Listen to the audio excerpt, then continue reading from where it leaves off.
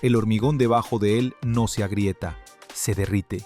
La plataforma de lanzamiento de cemento armado se convierte en cráter después de un solo encendido. Por eso la rellenan de agua, cientos de toneladas por segundo, una cascada entera, solo para que el suelo no estalle. El chorro que sale por la boca alcanza más de 3.000 grados centígrados, casi 6.000 grados Fahrenheit. Eso es más caliente que la lava de un volcán, más caliente que el punto de fusión del cobre con el que están hechas sus propias paredes. Según todas las leyes de la física, esta máquina debería derretirse a sí misma en el primer segundo de trabajo. No se derrite. 700 toneladas de empuje desde una sola boquilla, casi 3 toneladas de combustible quemadas cada segundo, una pieza de metal de 6 metros de alto, casi 20 pies.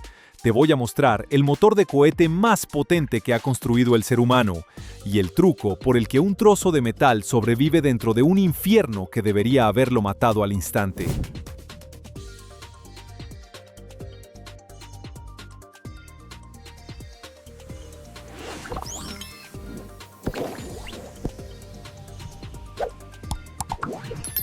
Para entender la escala hay que ponerse al lado. Hablamos del F-1, el motor que llevó a los hombres a la Luna. Mide cerca de 6 metros de alto, casi 20 pies, y pesa más de 8 toneladas en vacío, unas 18.000 libras. A simple vista es un embudo gigante de metal, pero cuando se enciende, devora 2 toneladas y media de combustible cada segundo. 2 toneladas y media cada segundo. Una piscina entera de queroseno y oxígeno líquido desaparece en el tiempo que tardas en decir una palabra, y de un solo motor salen 700 toneladas de empuje. La nave Saturno V montaba 5 de estos juntos, y entre todos levantaban una torre de metal del tamaño de un edificio de 30 pisos. La fuerza combinada superaba los 3.000 toneladas. Eso no es un motor, es un terremoto controlado. Pero aquí empieza lo que no cuadra. Para generar semejante empuje, dentro de la cámara de combustión, la temperatura ronda los 3.200 grados centígrados, casi 6.000 grados Fahrenheit. ¿Recuerda ese número? Ahora mira de qué están hechas esas paredes, de cobre y aleaciones de acero. El cobre se derrite a unos 1.000 grados, el acero alrededor de 1.400. O sea, la pared tiene que trabajar dentro de un gas 2.000 grados más caliente que la temperatura a la que ella misma se convierte en charco. Cualquier niño te diría, imposible. Y ahí está, aguantando, segundo tras segundo, mientras por dentro ruge un fuego más caliente que la superficie de muchas estrellas.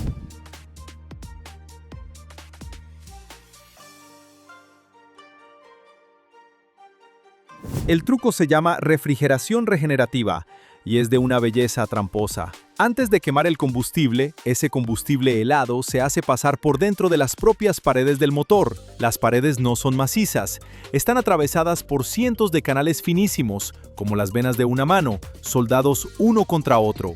El queroseno frío o el metano líquido a más de 100 grados bajo cero entra cerca de la boca del motor, sube por la zona más caliente, la garganta, y se lleva el calor antes de que el metal tenga tiempo de fundirse. O sea, el mismo líquido que dentro de un instante va a arder, primero salva la pared del incendio que él mismo va a provocar. Por fuera, 3.000 grados de gas. Por dentro de la pared, combustible casi congelado, a centímetros de distancia. Y entre los dos, una lámina de metal del grosor de una moneda que no puede fallar. Si falla un solo canal, el motor explota. Aquí empieza la ingeniería más cara del planeta.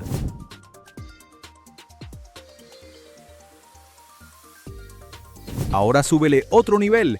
Hay un motor moderno que va aún más lejos. El Raptor de la empresa de cohetes de Elon Musk. Este no quema queroseno, quema metano líquido. Y lo hace con un ciclo que casi nadie había logrado domar. Combustión por etapas de flujo completo. Suena a jerga, pero significa una cosa brutal. Absolutamente todo el combustible y todo el oxígeno se convierten en gas caliente antes de entrar a la cámara, para que nada se desperdicie. La presión dentro sube hasta más de 300 atmósferas. ¡300!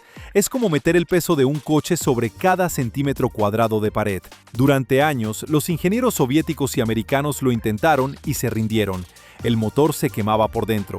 Y la nave que lo usa no lleva uno, lleva 33 de estos motores juntos, encendidos al mismo tiempo, bajo una sola estructura. 33 infiernos sincronizados al milisegundo. Y toda esa potencia es peligrosa hasta para el suelo.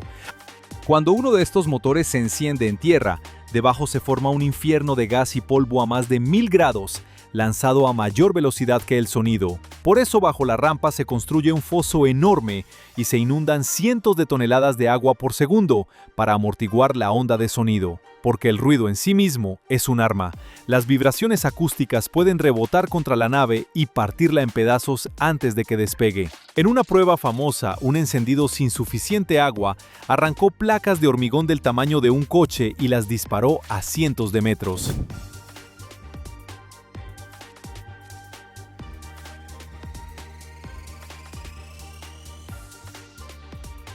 Fabricar uno de estos motores es un mundo aparte. Las cámaras no se funden de una pieza, se construyen tubo a tubo, cientos de tubos de aleación doblados a mano y soldados uno junto a otro hasta formar la campana. Y cada soldadura tiene que ser perfecta, porque por ahí va a circular el combustible que enfría la pared. Las piezas internas se mecanizan con tolerancias de pocas micras, más finas que un cabello humano. Y hoy, lo que antes se fundía y se torneaba durante meses, se imprime. Una impresora de metal, capa de polvo a capa de polvo, hace crecer con láser piezas de forma imposible. Después, cada motor va al banco de pruebas, lo atan a una estructura de acero anclada a la roca, lo encienden a plena potencia y lo dejan rugir, mientras decenas de sensores miden vibración, temperatura y presión en 40 puntos a la vez. Un encendido de prueba puede costar lo que una casa, y a veces, después de todo eso, el motor falla y hay que empezar de cero. Porque desarrollar un motor de este nivel cuesta miles de millones de dólares, repartidos en décadas de ensayos, explosiones y rediseños. Y aquí está la paradoja más cruel. La mayoría de estos motores se usan una sola vez, encienden durante 2 o 3 minutos, levantan el cohete y caen al océano para no volver jamás. 700 toneladas de empuje, miles de millones en ingeniería, ardiendo gloriosos durante 160 segundos y luego al fondo del mar. Por eso la gran revolución de hoy es lograr que el motor regrese, aterrice solo de pie y vuelva a volar. Reutilizar lo imposible.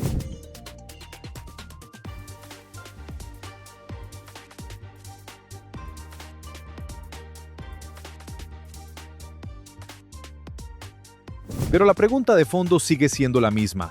¿Cómo sobrevive un trozo de metal dentro de un fuego más caliente que la lava? ¿Más caliente que el metal del que está hecho? La respuesta no es un material mágico, es un truco. Es hacer que el propio combustible, antes de arder, recorra las paredes y se lleve el calor. Es equilibrar al milímetro 3000 grados de gas contra un líquido casi congelado, separados por una lámina del grosor de una moneda. Cada cohete que ves despegar hacia el cielo se sostiene sobre ese equilibrio imposible, mantenido durante cada segundo del ascenso. El motor más potente, más caliente y más extremo que ha construido el ser humano.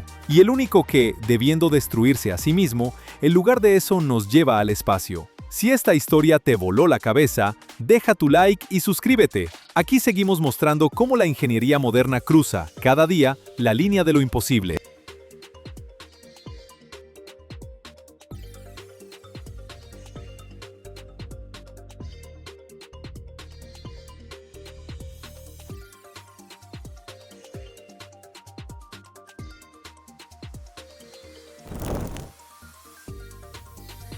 Cada segundo, miles de motores turborreactores operan en el cielo, generando una potencia colosal y permitiendo que los aviones de combate alcancen velocidades de más de 2400 km por hora. Es impresionante. Pero, ¿cómo se construyen estas maravillas tecnológicas capaces de soportar temperaturas por encima de 1600 grados Celsius y funcionar bajo condiciones realmente extremas? No estamos hablando de un simple motor, sino de una auténtica obra maestra de la ingeniería, donde cada pieza se fabrica con precisión microscópica. Imagínate una planta industrial, en la que brazos robóticos ensamblan turbinas que cuestan decenas de millones de euros. Hoy te voy a revelar todos los secretos detrás de la producción de estos motores turborreactores.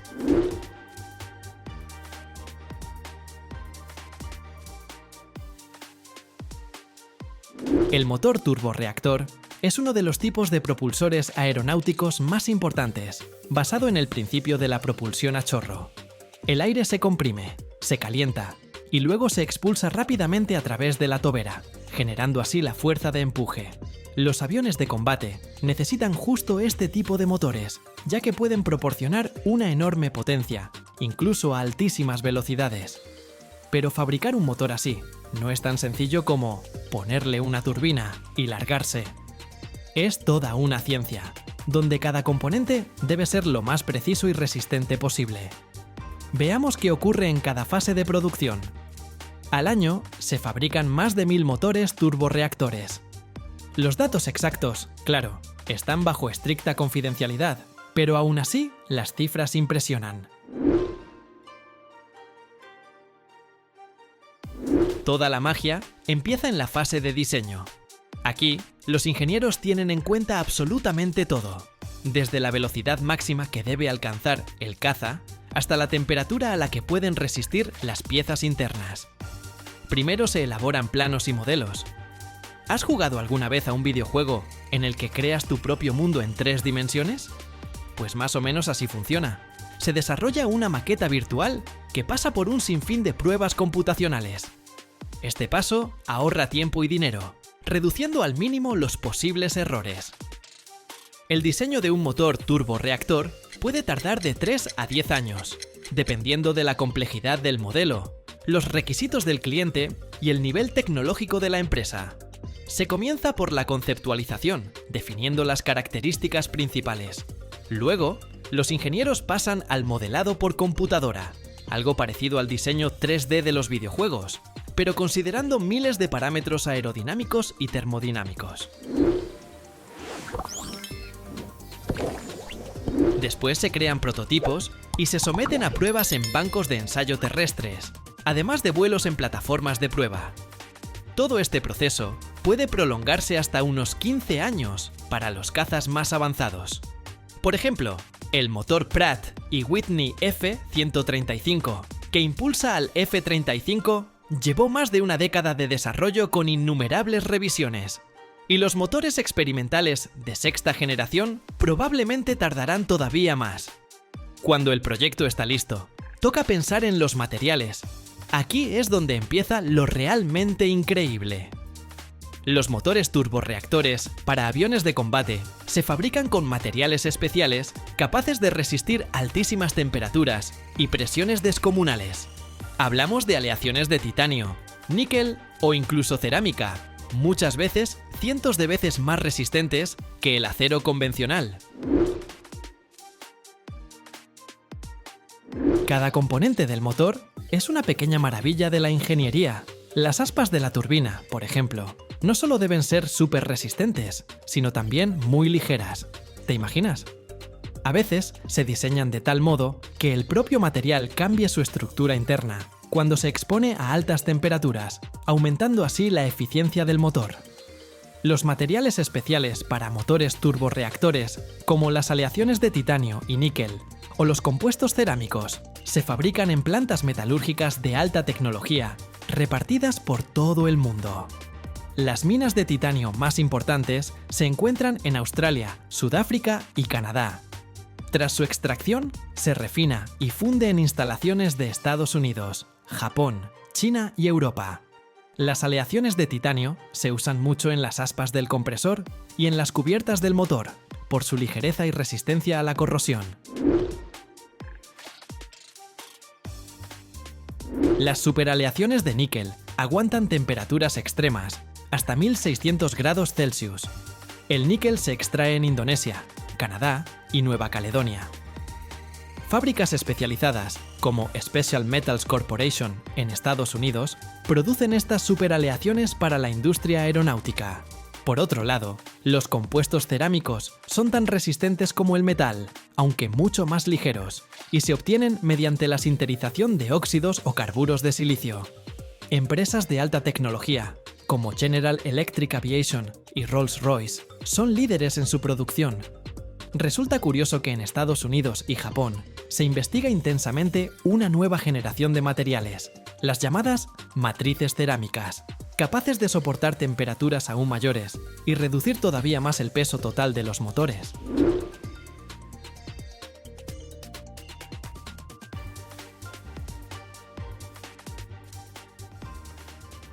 Ahora imagina la enorme cantidad de piezas que deben ensamblarse a la perfección. No es simplemente juntar partes en una línea de montaje.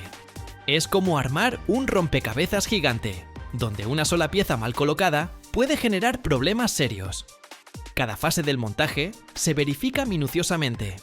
Visualiza un taller enorme, con techos altísimos, donde la luz se refleja en componentes metálicos relucientes. De entrada, parece un gran hangar ordenado hasta el más mínimo detalle. Pero si miras con atención, te darás cuenta de que es el corazón de la producción, donde nacen los motores turborreactores de los aviones de combate. Todo arranca sobre plataformas donde se fijan los elementos principales del motor. Alrededor, técnicos con overoles blancos y semblante concentrado trabajan en cada pieza.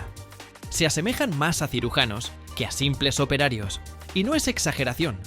Cualquier error puede costar millones de dólares, o incluso vidas humanas. Brazos robóticos realizan movimientos meticulosos, levantando componentes enormes y acoplándolos con una precisión milimétrica. Hay algo hipnótico en esos desplazamientos suaves, como un baile sincronizado, orquestado por la mente de los ingenieros. Al mismo tiempo, el personal revisa manualmente tornillos, pule los bordes de las piezas y controla cada detalle. Créeme, esto no es solo un trabajo, es casi arte. Uno de los momentos más espectaculares es la instalación de las aspas del compresor.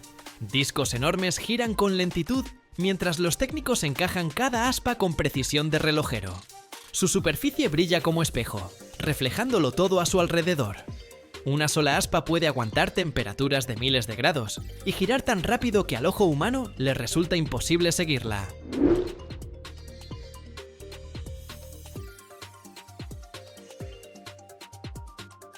Tras el ensamblaje, el motor se lleva a la zona de pruebas. De nuevo, robots y seres humanos colaboran como un equipo perfectamente ajustado al filo de la ciencia y la técnica. Ahí se fija el motor en una plataforma especializada y entonces llega el momento de la verdad. ¡Encendido! El estruendo es tal que el aire parece tornarse más denso. Se siente la vibración a través de todo el cuerpo.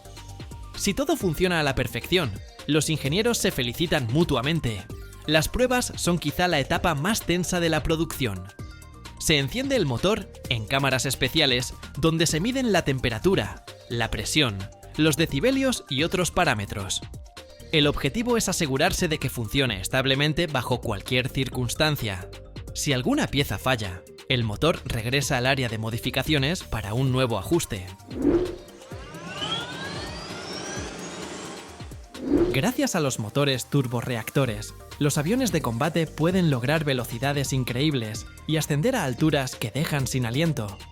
Claro, esto es vital para fines militares, pero con el tiempo, estas tecnologías también sirven de base para la aviación comercial, impulsando aviones de pasajeros cada vez más rápidos y eficientes. Velocidad, rendimiento y capacidad de operar en condiciones extremas. Todo eso convierte al turborreactor en el verdadero corazón de un caza. Además, gracias a los avances actuales, los motores de hoy no solo aguantan situaciones extremas, sino que también son mucho más eficientes. Ofrecen más empuje con un consumo de combustible menor, algo sumamente valioso para la industria de la aviación.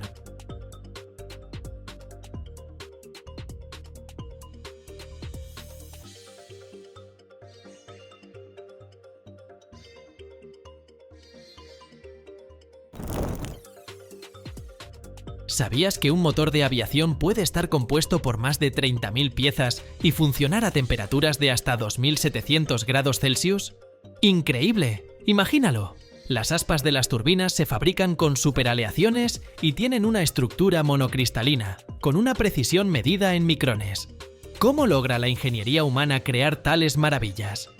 Hoy te llevaremos tras bambalinas de uno de los procesos más impresionantes de la ingeniería moderna: la fabricación de motores turboventiladores. No te lo pierdas, porque lo que viene es aún más fascinante.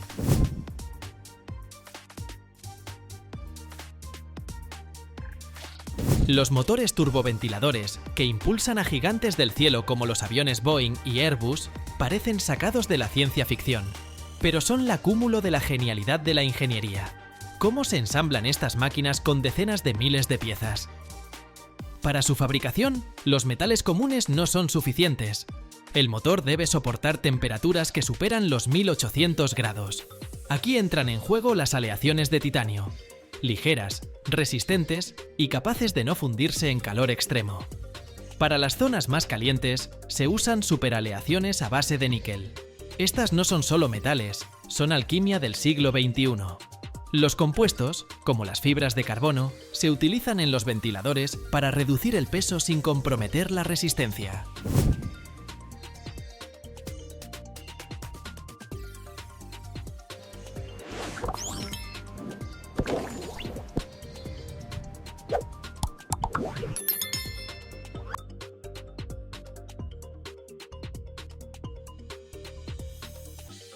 Esta alta temperatura proviene de la combustión en la cámara de combustión, uno de los elementos más importantes del motor. Durante su operación, el combustible de aviación, generalmente queroseno, se mezcla con aire y se enciende, generando gases calientes que alcanzan velocidades y temperaturas asombrosas, más de 982 grados Celsius, y en motores modernos hasta 2700 grados. Este calor extremo es necesario para lograr la máxima eficiencia de empuje. Cuanto más calientes y rápidos son los gases, mayor es la energía que impulsa la turbina y mueve el avión. El desafío radica en que el motor no solo debe soportar estas condiciones extremas, sino también operar de manera estable. Por eso, se utilizan materiales tecnológicamente avanzados como aleaciones de titanio y compuestos especiales que soportan tanto el calor como la tensión mecánica. ¿Sabes qué es realmente asombroso en el proceso de fabricación de un motor? Incluso las piezas más pequeñas, como las aspas de las turbinas, se fabrican con una precisión de micrones. Por ejemplo, las aspas se moldean al vacío para evitar cualquier fisura interna. Algunas se diseñan con una estructura monocristalina, lo que significa que no tienen costuras ni uniones en su metal. Y esto no es todo.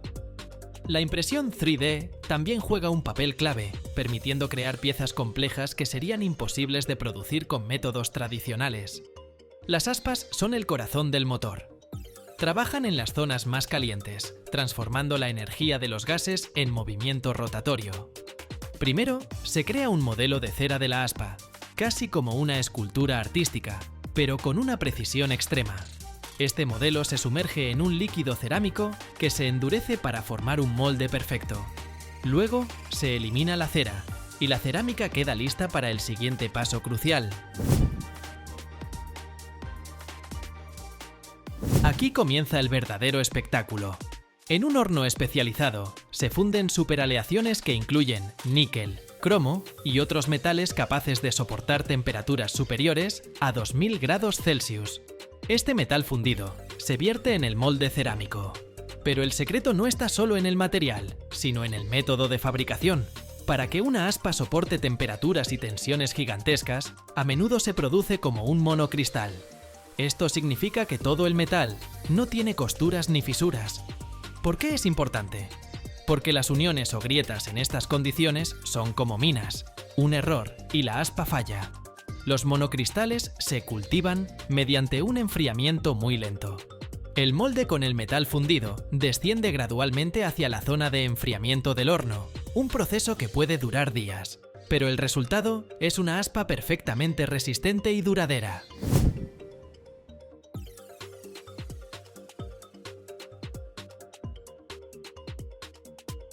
Cuando el metal se enfría, el molde cerámico se rompe y el aspa se somete a un pulido meticuloso. Además, se aplica un recubrimiento resistente al calor para prolongar su durabilidad en condiciones extremas. Cada aspa se inspecciona individualmente y si tiene el más mínimo defecto, no pasa a la siguiente etapa. La impresión 3D también está revolucionando la fabricación de componentes como las boquillas de combustible y las aspas del compresor. Por ejemplo, GE Aviation imprime boquillas que son un 25% más ligeras y 5 veces más resistentes que las tradicionales. Capa por capa, El polvo metálico se transforma en piezas que hacen que los aviones sean más rápidos, eficientes y ecológicos. Primero, los ingenieros diseñan un modelo digital 3D de la pieza con una precisión extrema. Cada curvatura y cavidad es crucial, porque estas piezas a menudo operan en lugares donde 1 milímetro puede marcar la diferencia en la eficiencia y confiabilidad del motor. Este modelo digital actúa como un mapa para la impresora 3D, que sabe exactamente dónde y cómo construir la forma requerida. En lugar de metal sólido, se utiliza un polvo ultrafino hecho de titanio, níquel o inconel, una superaleación de aluminio. Este polvo, similar a arena, tiene partículas tan diminutas que son casi invisibles a simple vista. El polvo se deposita en un reservorio especializado, convirtiéndose en el material de construcción.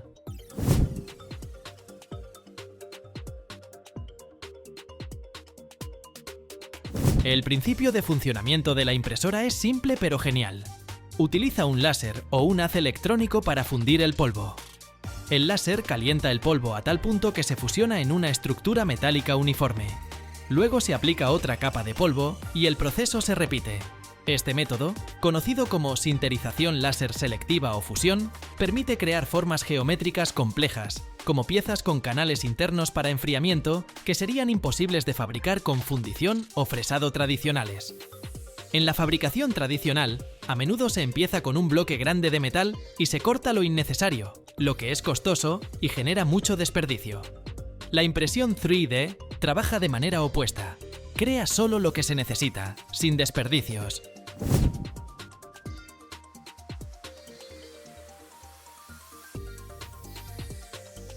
Las piezas impresas no están listas inmediatamente. Después de la impresión, se someten a un tratamiento térmico, se calientan y enfrían gradualmente para aliviar tensiones internas. Luego se pulen, lijan o ajustan mecánicamente para garantizar la precisión. Finalmente, cada pieza pasa por pruebas rigurosas. En este campo, no hay margen de error. Si una pieza falla, las consecuencias pueden ser catastróficas. El ensamblaje del motor ocurre en hangares gigantes, donde cada metro cuadrado está lleno de herramientas, piezas y técnicos trabajando en algo extraordinario. Este es el último paso en la creación del motor. Aquí, componentes como aspas, compresores, cámaras de combustión y carcasas se convierten en una unidad lista para elevar un avión al cielo.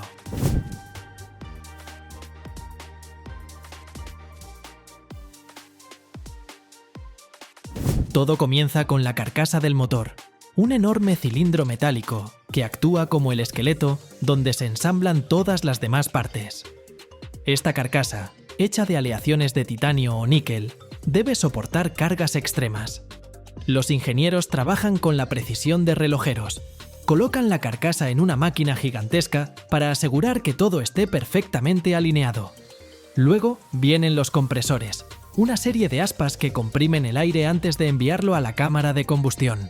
Estas aspas se instalan una por una, como si decoraran una rueda gigante. Cada aspa se inspecciona manualmente porque cualquier defecto puede arruinar todo el trabajo. Después de los compresores, se colocan las turbinas, que convierten la energía de los gases en movimiento.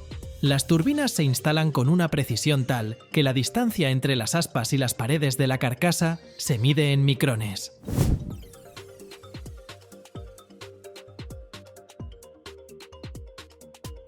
El siguiente paso es la instalación de la cámara de combustión, el verdadero infierno del motor. Aquí, el aire comprimido se mezcla con combustible y se enciende.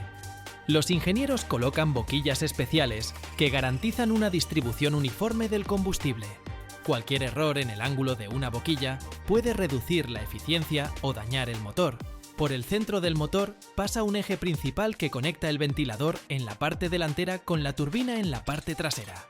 Cuando la turbina gira por los gases calientes, el eje transfiere esta energía al ventilador, que succiona aire.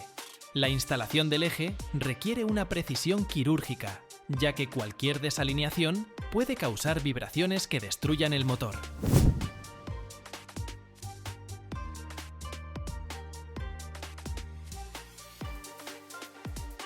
Una vez que se ensambla la parte interna del motor, se agregan los sistemas externos, tuberías de combustible, sistemas de lubricación y electrónica.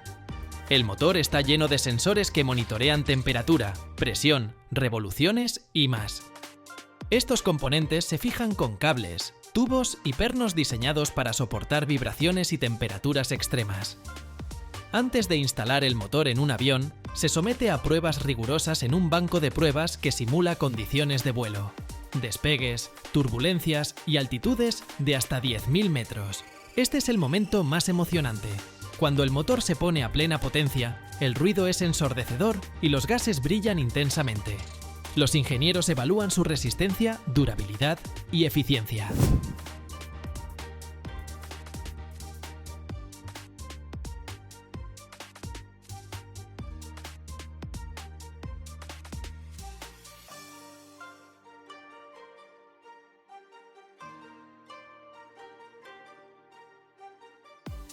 Tras superar todas las pruebas, el motor se desmonta para una última inspección de los componentes principales y luego se ensambla definitivamente.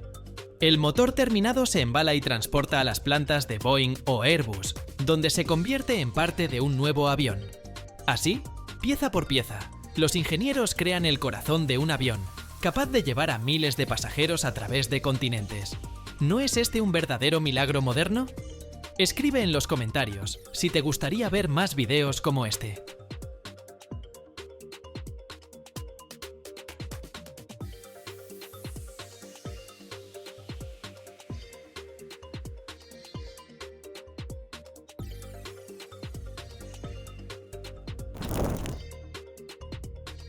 ¿Alguna vez has visto una fábrica tan inmensa que dentro de ella podrían formarse nubes?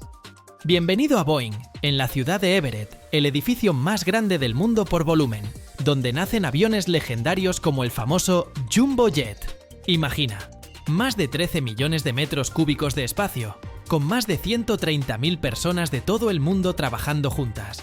Aquí, más de 4 millones de piezas se ensamblan para crear aviones que han cambiado la historia de la aviación. ¡Quédate con nosotros! Te mostraremos cómo nacen las leyendas del cielo. Primero, un poco de historia. Boeing no es solo una empresa aeronáutica, es un símbolo de excelencia en ingeniería. Fundada en 1916, esta compañía creció de ser una pequeña fábrica a convertirse en el mayor fabricante de aviones del mundo. Su famoso Boeing 747, conocido como Jumbo Jet, no solo es un ícono de la aviación, sino también el sueño hecho realidad de viajar entre continentes. Curiosamente, gran parte de su producción se concentra en Seattle, estado de Washington, una región conocida por su mano de obra calificada y por su ubicación estratégica para recibir piezas de todo el mundo a través de su puerto. Cuando me enteré de que una de las fábricas de Boeing en Everett es el edificio más grande del mundo por volumen, pensé, esto tengo que verlo. ¿Y sabes qué? Es realmente impresionante. El hangar tiene más de 13.300.000 metros cúbicos. Imagina, allí cabrían fácilmente 75 campos de fútbol. La altura del edificio es tal que dentro se crea su propio microclima. Si no se controla la ventilación, pueden formarse nubes cerca del techo. Así de colosal es este lugar. Fabricar un avión es como armar un Lego gigante, pero mucho más complejo. Y costoso, claro. Cada paso en la fábrica está cuidadosamente planificado. Imagina un ala de más de 30 metros, siendo transportada desde otro continente hasta Seattle. Boeing tiene aviones especiales llamados Dreamlifter que se encargan de estos transportes. Es el maestro del suministro global. Las piezas llegan de todas partes del mundo. Por ejemplo, ¿sabías que la mayor parte del fuselaje para modelos como el 737 se fabrica en Wichita, Kansas? Después, estas enormes piezas se transportan en camiones adaptados o trenes hasta Seattle. Para modelos más grandes, como el 787 Dreamliner, las secciones del fuselaje se producen en Italia y Japón. Es un enfoque realmente internacional, donde cada país se especializa en lo suyo. En la fábrica de Boeing se utilizan más de 4 millones de piezas para cada avión. Algunas partes de la sección trasera llegan desde Corea del Sur, producidas por Korea Aerospace Industries.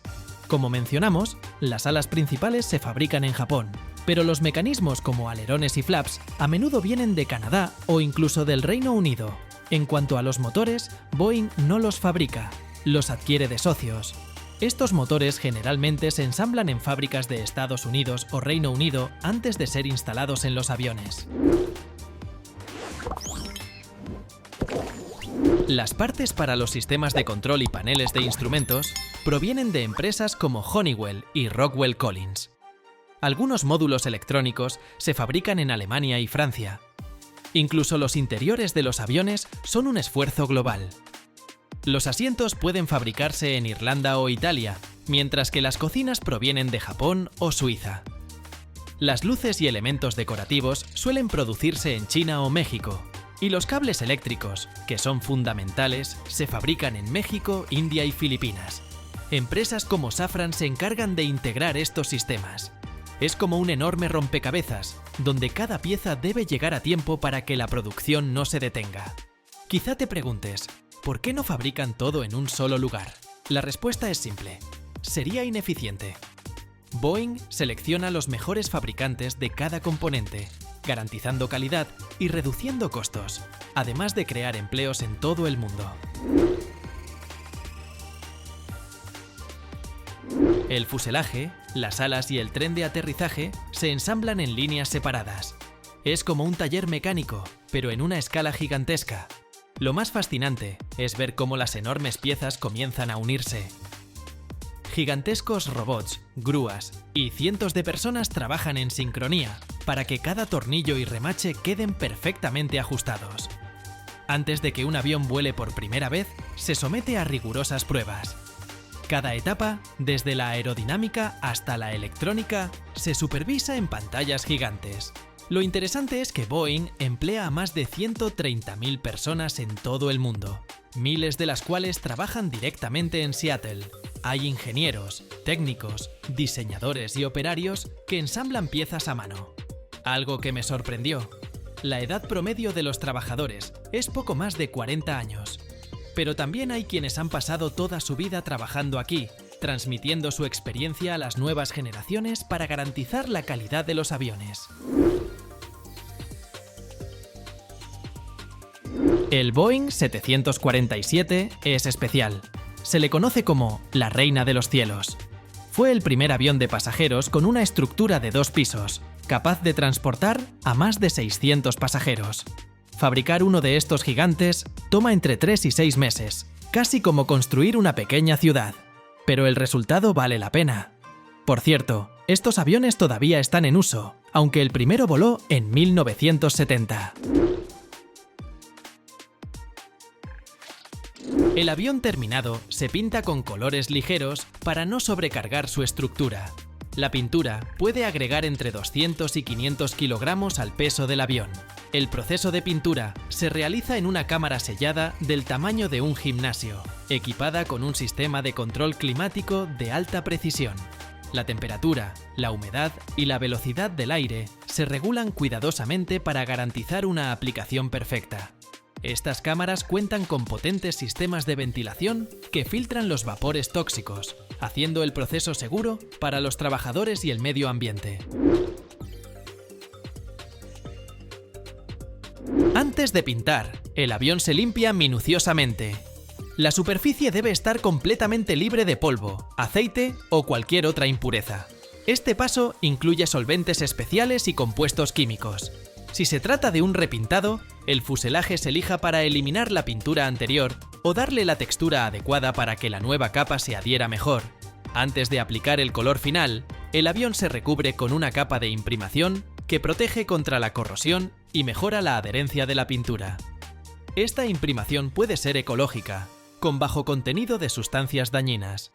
La pintura se aplica tanto manualmente, con pulverizadores, como mediante robots automáticos, que son especialmente útiles para las áreas más difíciles de alcanzar, como las partes superiores del avión.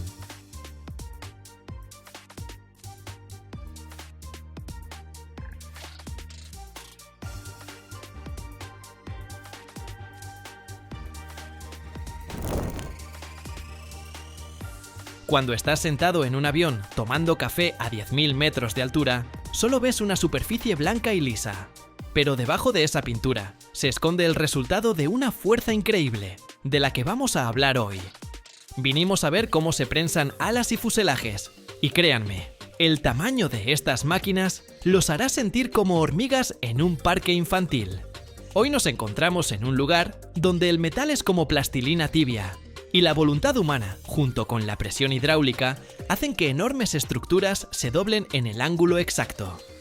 Estamos en una de las fábricas de aviación más grandes del mundo, y les prometo que después de este episodio van a mirar el ala de un avión con ojos completamente diferentes.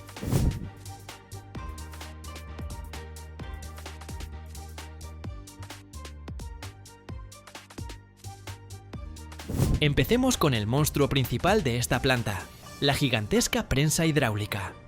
Este aparato tiene la altura de un edificio de 5 pisos y se hunde 10 metros más bajo tierra para sostenerse sobre unos cimientos masivos. Su fuerza es de 50.000 toneladas. Solo piensen en esa cifra. 50.000 toneladas de presión sobre una sola pieza. Es como si 20.000 elefantes pisaran un trozo de metal al mismo tiempo. ¿Para qué tanta brutalidad? La razón es que los elementos estructurales del ala, los largueros, necesitan una resistencia increíble. Si simplemente cortas esa pieza de un bloque de aluminio, será frágil. Pero si la prensan, la estructura del metal cambia, las fibras se vuelven más densas y la pieza adquiere la capacidad de soportar cargas descomunales durante el despegue o en turbulencia. Ahora estamos viendo cómo una pieza caliente de aleación de aluminio, generalmente duraluminio con cobre y magnesio, entra lentamente bajo la prensa.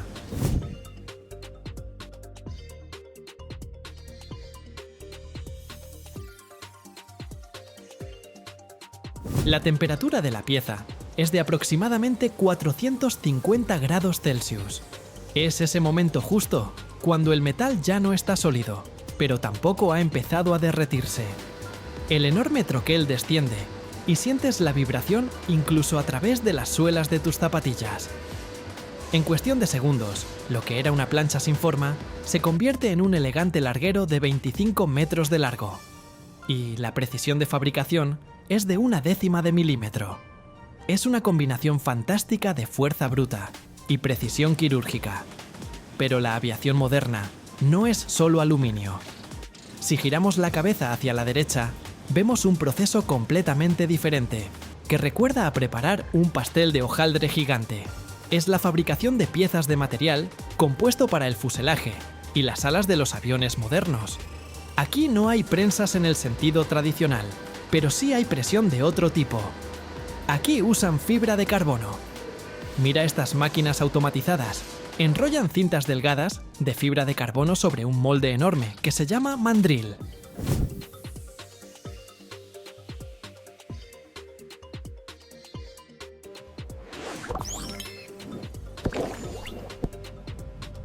Cada una de estas cintas está impregnada con una resina especial. Luego, toda esta estructura, que puede tener 30 metros de largo y 6 metros de diámetro, se envuelve en una película al vacío y se envía al autoclave. El autoclave es, básicamente, un horno gigante a presión. Ahora estamos frente a sus puertas y parecen la esclusa de una nave espacial. Adentro se crea una presión de 10 atmósferas y una temperatura de alrededor de 180 grados. Bajo esta presión, las capas de fibra de carbono se comprimen tan fuertemente entre sí que se convierten en una sola pieza monolítica. Después de varias horas de este horneado, obtenemos una sección del fuselaje que es 20% más liviana que el aluminio, pero varias veces más resistente. Esto permite que los aviones consuman menos combustible y vuelen distancias mayores. Ahora vamos al área de ensamblaje, donde estas piezas se transforman en un organismo único. Aquí vemos el proceso de remachado.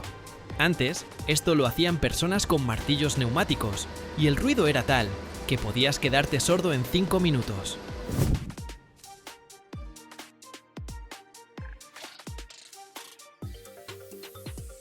Hoy en día, esto lo hacen enormes robots llamados posicionadores. Se mueven a lo largo del ala con una precisión de apenas unos micrómetros. Cada uno de estos robots puede instalar varios miles de remaches por turno. En un ala promedio de un avión grande puede haber hasta 400.000 remaches. El robot primero perfora el agujero, luego lo recubre con un sellador especial, inserta el remache y lo prensa con una fuerza exactamente calculada. Te preguntarás, ¿por qué no podemos simplemente soldar el avión? La respuesta está en la física del vuelo. Durante el vuelo, el avión está constantemente respirando.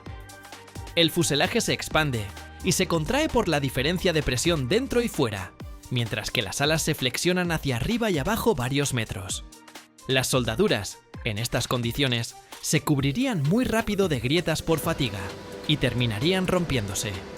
En cambio, la unión remachada permite que las piezas jueguen un poco entre sí, manteniendo la integridad de la estructura durante 25 o incluso 30 años de operación.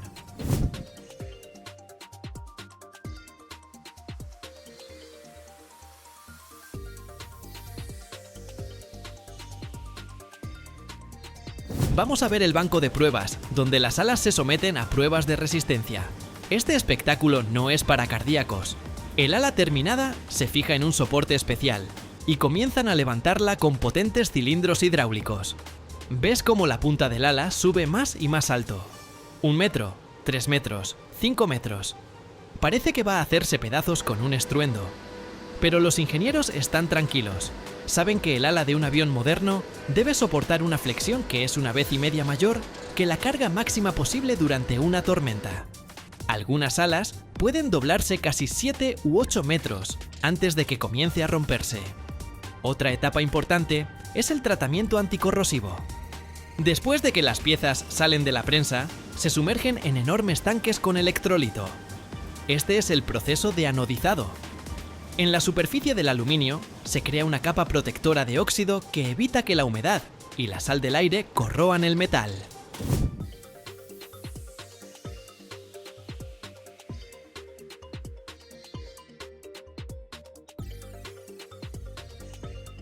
Estas bañeras miden 30 metros de largo y en ellas caben secciones completas del ala.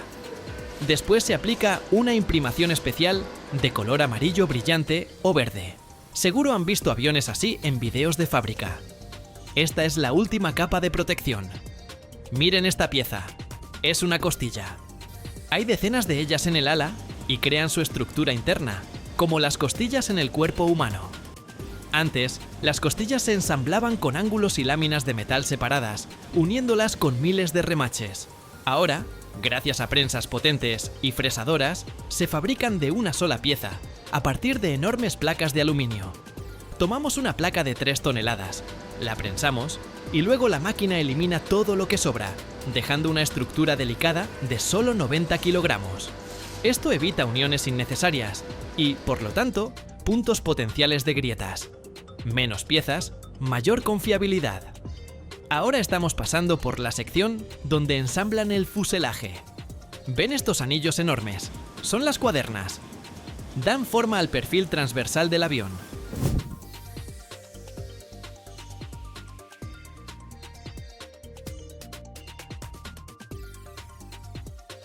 También se fabrican mediante prensado en caliente para garantizar una geometría perfecta. Cuando todas las cuadernas están alineadas con niveles láser, con una precisión de décimas de milímetro, comienzan a colocar las láminas del revestimiento. Cada una de estas láminas tiene una curvatura compleja y se moldea en prensas de estirado especiales. La lámina de metal se sujeta por ambos lados y literalmente se estira sobre el molde, como la piel sobre un tambor. Solo así encaja perfectamente en el fuselaje del avión. Gracias por su atención.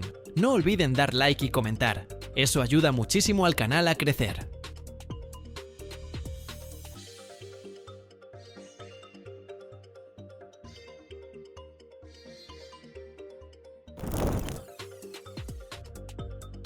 Imagínate esto, más de 36.000 fragmentos de escombros espaciales, cada uno más grande que 10 centímetros, y millones de pedazos pequeños se mueven por el espacio a velocidades de hasta 28.000 kilómetros por hora. Más rápido que las balas disparadas por las armas más potentes de la Tierra. Y cada uno de ellos es una amenaza potencial para satélites en funcionamiento, la Estación Espacial Internacional e incluso misiones futuras. ¿Qué hacemos con los satélites viejos? ¿Cómo se eliminan para evitar generar más basura espacial? En este vídeo descubrirás soluciones ingeniosas de los ingenieros, ideas revolucionarias de reciclaje en órbita y hasta láseres que eliminan escombros. Prepárate para sorprenderte. Lo primero que debes saber: abandonar los satélites no es una buena idea. Los aparatos espaciales fuera de servicio pueden convertirse en lo que llamamos basura espacial. Y eso es un problema. En órbita, miles de objetos activos e inactivos corren el riesgo de colisionar con escombros, causando daños graves. ¿Has oído hablar del síndrome de Kessler? Es un escenario en el que una colisión genera fragmentos que chocan con otros objetos, creando una reacción en cadena que podría convertir la órbita en una nube de caos metálico. Suena aterrador. Por eso los ingenieros buscan maneras seguras de deshacerse de los satélites al final de su vida útil. Limpiar la órbita no es barato. Lanzar un satélite para recolectar basura espacial puede costar millones de dólares. A veces, el costo de eliminar un aparato viejo supera al de construir uno nuevo. Cuando un satélite termina su misión, su destino depende de la altitud de su órbita. Los que están en órbitas bajas, hasta 2000 kilómetros, suelen ser devueltos a la atmósfera para una muerte ardiente. Al entrar, se enfrentan a partículas de aire a alta velocidad, alcanzando temperaturas de miles de grados hasta desintegrarse por completo, dejando solo polvo. ¿Sabías que este proceso se considera ecológico? No quedan fragmentos en órbita. Pero, ¿qué pasa con los satélites a más de 36.000 kilómetros de altura? Bajar esos satélites hasta la atmósfera es demasiado caro por la gran cantidad de combustible que se necesita. Por eso se llevan a una órbita cementerio, un lugar en el espacio donde no molestan a nadie. Aunque estas opciones parecen ideales, la realidad es que muchos satélites quedan abandonados sin control. Según la NASA, hay más de 36.000 objetos mayores a 10 centímetros y millones de fragmentos más pequeños. Todos se mueven a velocidades peligrosas, capaces de perforar la Estación Espacial Internacional o dañar un satélite en funcionamiento.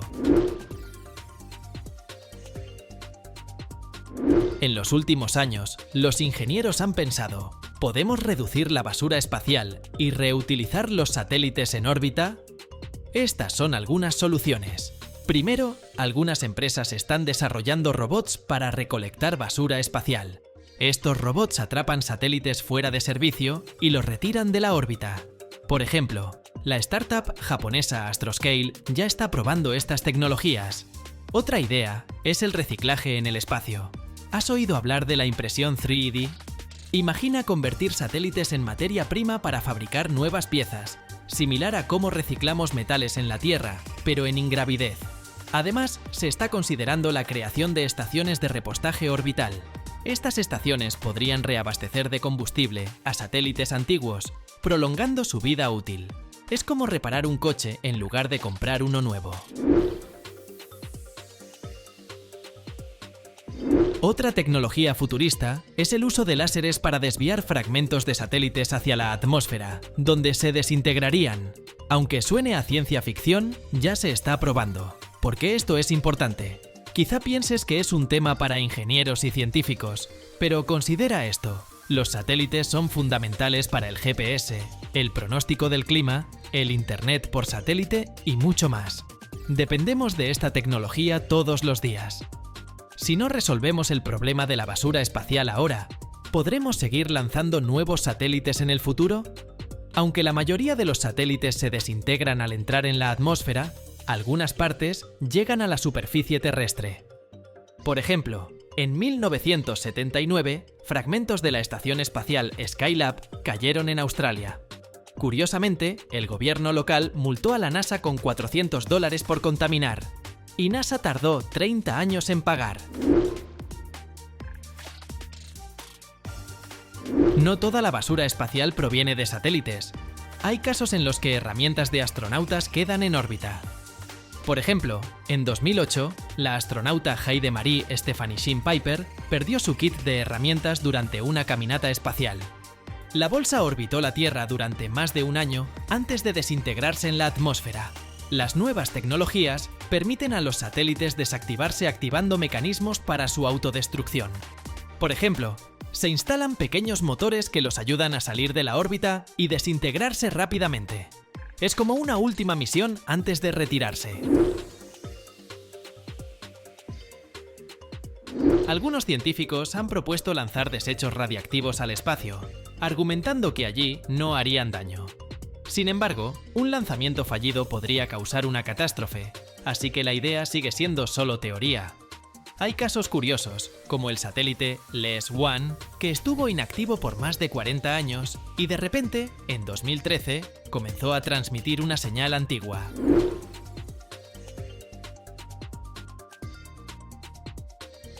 Los fragmentos de satélites pueden moverse a velocidades de hasta 28.000 km por hora. Para comparar, esto es más rápido que una bala disparada por las armas más potentes. Imagínate el impacto de un pequeño pedazo de metal. El satélite Vanguard 1, lanzado en 1958, aún está en órbita, aunque ya no funciona. Es el satélite activo más antiguo, ahora convertido en basura espacial. Los satélites cumplen muchas misiones, desde comunicaciones telefónicas, televisión e internet, en regiones remotas hasta la navegación y el monitoreo del clima, los incendios forestales y el nivel del mar. También estudian planetas, estrellas y galaxias, enviando datos únicos a la Tierra. Incluso se utilizan para vigilancia militar y monitoreo fronterizo. Sin duda, también ayudan a investigar la radiación espacial, la gravedad y otros fenómenos físicos. La eliminación de satélites no es solo un tema técnico, también es una cuestión de responsabilidad. Al desintegrarse en la atmósfera o trasladarse a una órbita cementerio, concluyen su camino. Pero el futuro del espacio depende de innovaciones que no solo eliminen la basura, sino que también le den una segunda vida. ¿Sabes? A veces creo que todos somos un poco como esos satélites. Terminamos unas misiones, pero siempre nos preparamos para las siguientes. Y eso, quizá, es lo más importante.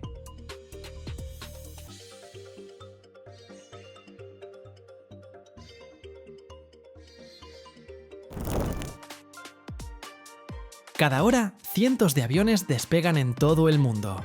Pero solo uno de ellos permanece invisible incluso para los radares más potentes.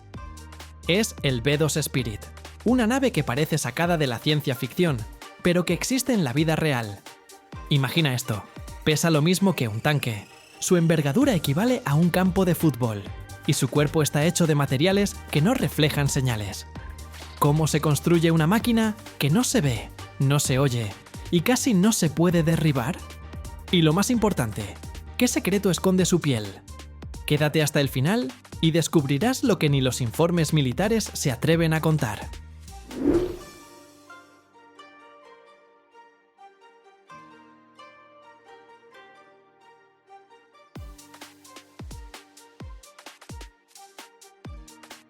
Todo comienza con los materiales, y en el B-2 Spirit estamos hablando de tecnología espacial. No se usa metal común como en los aviones antiguos, sino compuestos, titanio y aleaciones de aluminio. Los compuestos son sándwiches de capas de fibras y resinas, más ligeros que el acero, pero mucho más resistentes. Gracias a ellos, el avión soporta cargas brutales y sigue siendo casi invisible al radar. Las ondas de radio simplemente se pierden entre las capas del material sin rebotar. Imagina esto, el B-2 mide casi 21 metros de largo y su envergadura supera los 52 metros. Es como un campo de fútbol, pero en vez de pasto, un stealth negro que se desliza por el cielo. Su altura es de unos 5 metros y el área de sus alas ronda los 460 metros cuadrados.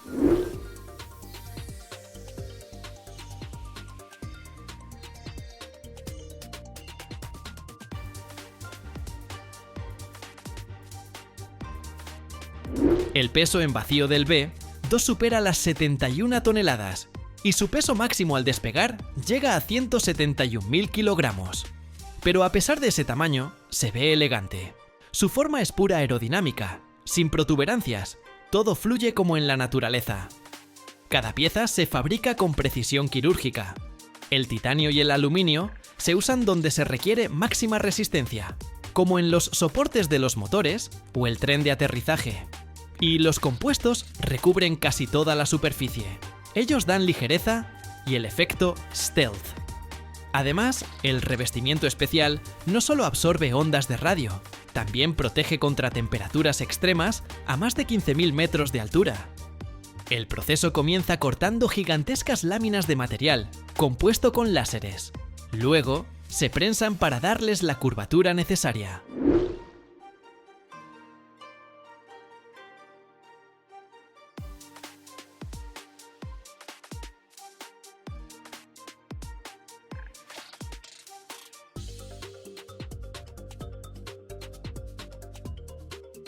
Después, el material pasa por varias etapas: pulido, control de calidad, aplicación de capas especiales.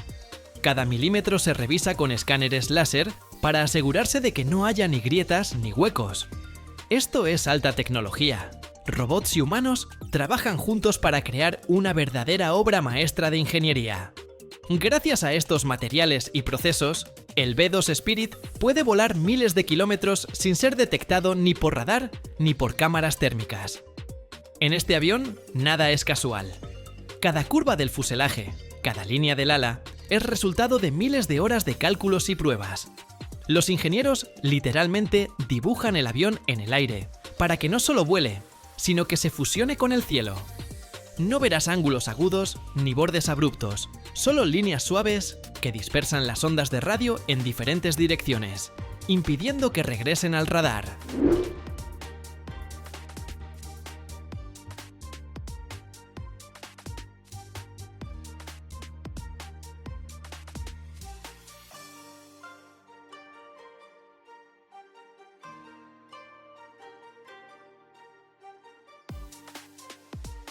Gracias a esa forma, el B-2 parece salido del futuro. No fue diseñado para desafiar al aire, sino para formar parte de él. Cada detalle, incluso la más mínima protuberancia o curva, se calcula en supercomputadoras para mantener la invisibilidad al máximo. Imagina, incluso los remaches y uniones del fuselaje están ocultos para evitar reflejos. Y aún hay más, una pintura especial. No es solo negro mate. Es un revestimiento multicapa que absorbe ondas de radio y evita que se reflejen. Por eso, incluso los radares más potentes ven al B-2 como un punto diminuto. O no lo ven en absoluto. El montaje del B-2 Spirit es un espectáculo de ingeniería que solo unos pocos tienen permitido presenciar en enormes hangares secretos.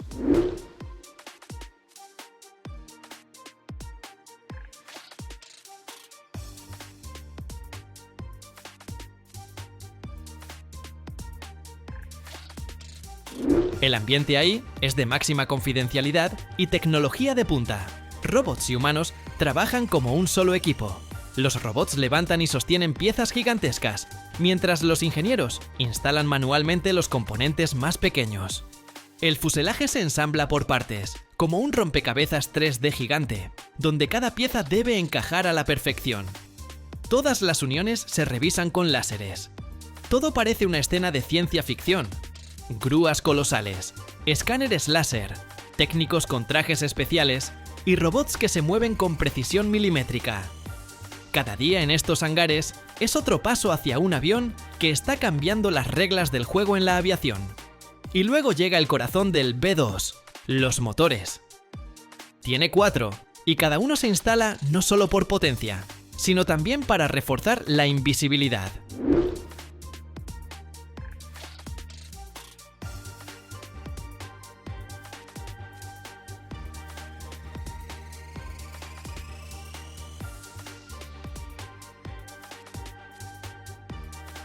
Los ingenieros ocultan los motores dentro del cuerpo, no por fuera como en la mayoría de aviones.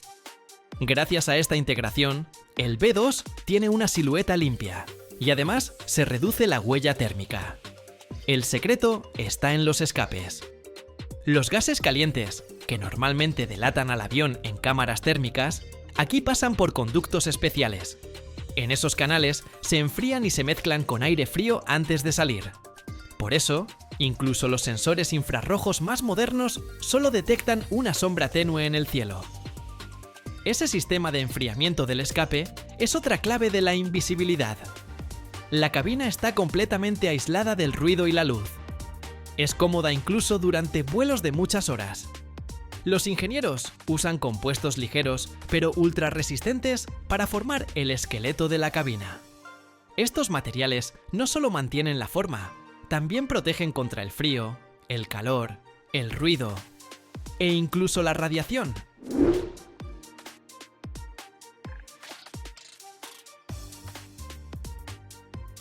Sobre esa estructura se aplican capas de aislamiento para que dentro siempre esté tranquilo, incluso si afuera rugen los motores.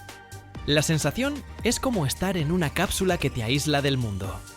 En el centro se instalan 2 asientos, uno al lado del otro, como en un auto deportivo moderno. Son acolchados, resistentes y totalmente ajustables para vuelos de larga duración. Frente a cada piloto hay una pantalla digital gigante. Todo está al alcance. Paneles táctiles, joysticks, botones con texturas distintas para encontrarlos incluso con los ojos cerrados. A su alrededor hay paneles de instrumentos que no sobresalen, sino que se funden entre sí como olas. Cada botón hace un clic distintivo. Cada pantalla es brillante, clara, con símbolos grandes.